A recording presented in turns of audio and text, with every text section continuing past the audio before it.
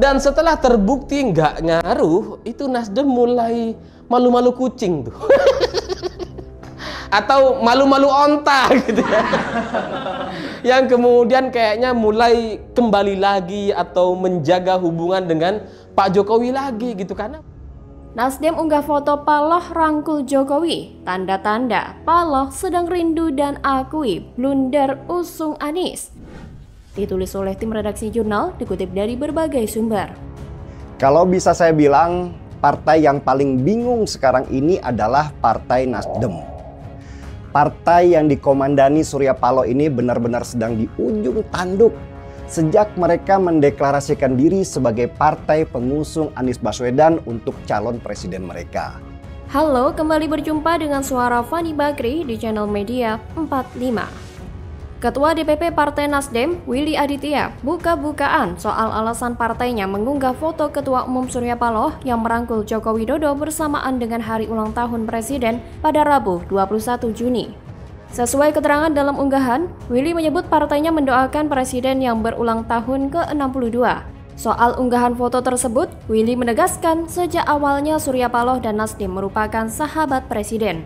Meski kini keduanya berbeda sikap dalam berbagai hal, dia mengaku tak ingin hal itu disikapi dengan tidak dewasa.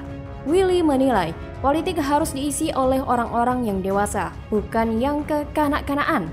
Ketua DPP Partai Nasdem, Effendi Choiri alias Gus Coy, berujar bahwa partainya hanya ingin menjadi orang baik. Menurut dia, persahabatan dalam mestinya tetap terjalin meski berbeda dalam posisi politik. Sikap demikian mestinya harus dilakukan semua pihak.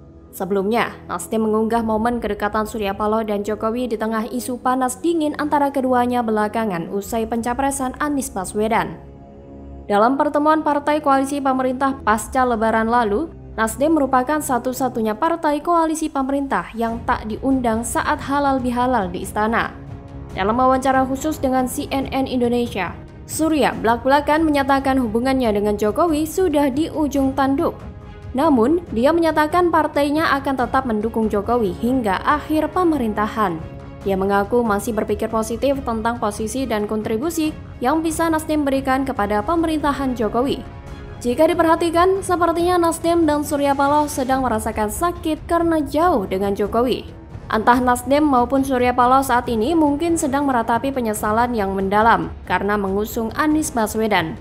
Nasdem mungkin sudah mulai sadar bahwa apa yang dia lakukan dengan mengusung Anies Baswedan sebagai capres adalah keputusan yang blunder, yang telah menghancurkan citra Nasdem yang nasionalis. Meskipun tidak secara langsung mengakui, tapi dari unggahan Partai Nasdem terlihat bahwa Surya Paloh dan Nasdem rindu dengan Presiden Jokowi. Akhirnya, Partai Nasdem merasakan sendiri bagaimana sulitnya membangun koalisi dengan partai oposisi. Angka Nasdem di berbagai survei malah makin turun. Nasdem bukan hanya terlihat absurd, tapi juga terlihat sangat bodoh. Ngarepin peningkatan suara kok dari Anies dan partai-partai oposisi. Sedangkan Nasdem selama 2 kali pemilu selalu berada di kelompok pemenang. Haduh, Setelah sekian lama, saya kira Nasdem baru sadar bahwa mereka ini nggak akan kemana-mana jika hanya ngarepin Anies dan 2 partai oposisi itu. Mau kembali merapat ke Jokowi juga nggak mungkin, jadi nasib sial harus diterima oleh Nasdem untuk saat ini. Pencapresan Anies Baswedan membawa malapetaka daripada sekedar untung politik atau ekonomi yang berjubel. Perubahan peta dan konfigurasi serta perilaku pemilih sedang terjadi secara cepat dan tidak terprediksi. Sedang terjadi fase disrupsi ekonomi dan politik yang menyebabkan kontestasi politik liar dan mengambang. Sinyal kuat Nasdem akan terpuruk semakin nyata. Kader Nasdem yang juga menjabat Sekjen dan juga Menteri Kominfo, Johnny G. Plate, terberat kasus mega korupsi BTS. Belum usai proses hukum dari sang menteri, Nasdem didera konflik internal dengan mundurnya ratusan pengurus dan kader Nasdem Indramayu. Kasus isu mahar nomor cantik yang sedang melilit di tubuh Nasdem memberikan efek negatif bagi elektoral partai. Belum kader Nasdem Syahrul Yassin Limpo sebagai mentan sedang diburu oleh KPK dengan tuduhan keterlibatan korupsi berkaitan pertanian. Belum adanya persamaan persepsi untuk memilih wakil calon presiden yang akan mendampingi Anies Baswedan menyebabkan friksi tajam. dan diakhiri dengan perselingkuhan politik di balik layar. Penyebab utama 3 elit partai belum memutuskan siapa cawapresnya diduga kuat dibayangi oleh tarik ulur kepentingan yang pada akhirnya tidak ada titik kompromi. Pada akhirnya, prahara politik di Koalisi Perubahan semakin memperlihatkan perwujudan nyata dan pada akhirnya akan hancur lebur tanpa sisa. Bagaimana kalau menurut Anda?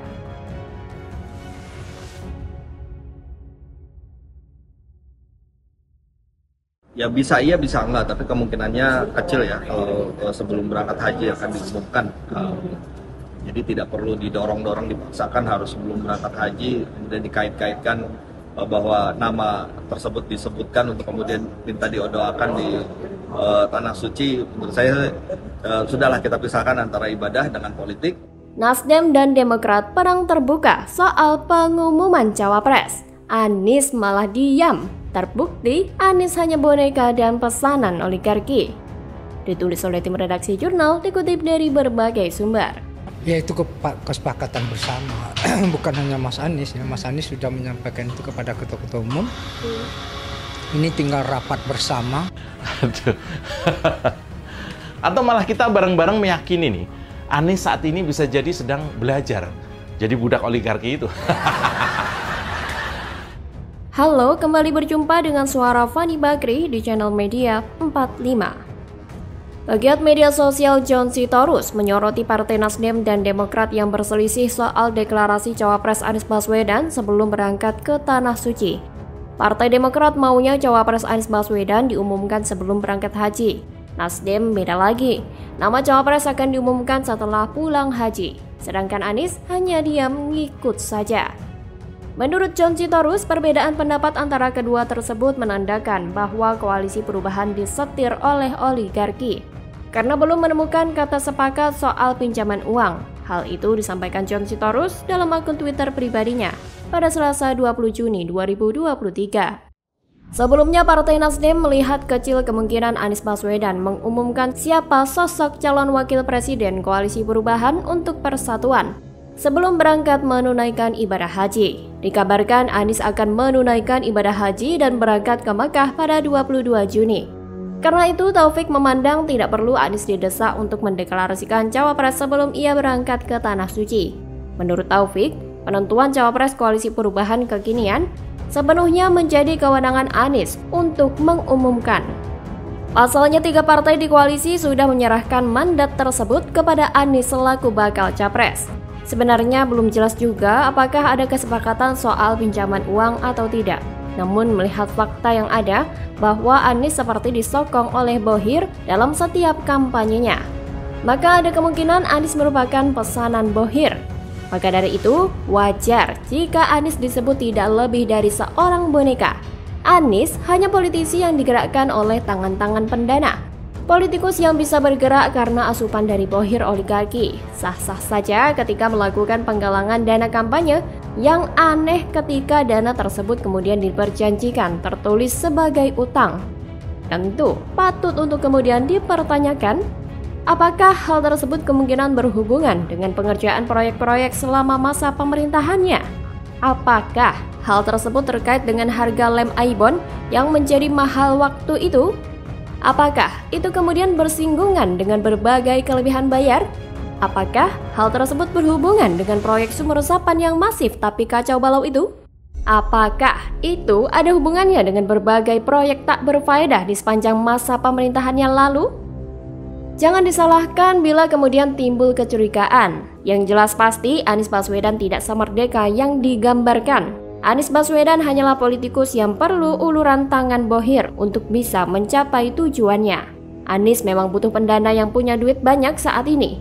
Karena kalau mengharapkan kadrun patungan buat biaya kampanye hampir mustahil. Malah kadrun yang akan minta nasi bungkus sama Anies. Cikeas, Caplin, dan Brewok, 3 nama yang saya sebutkan ini adalah oligarki. Jadi Anies mau tidak mau harus didukung oligarki. Tapi ngomong-ngomong, kadrun paham tidak apa itu oligarki? Jangan munafik. Kalau dukung lawan Anies disebut oligarki, begitu dukung Anies disebutnya donatur yang ingin Indonesia maju. Pret. Anies mau mengelak dan tampil bersih dari isu tersebut? Oh, tidak bisa. Tidak semudah itu, Bambang. Kebobrokan yang sengaja mau disimpan rapat-rapat wajib dibongkar dan ditunjukkan kepada publik. Anies sedang pusing saat ini, begitu juga dengan para bohir. Cawapres belum sepakat, koalisi terancam bubar. Elektabilitas anjlok, mau minggat udah keluar duit banyak, bisa rugi bandar ini. Bahkan mereka sedang dalam mode ofensif, emosi sedang panas, darah hampir mendidih. Disenggol sedikit saja mereka langsung baperan dan sensi.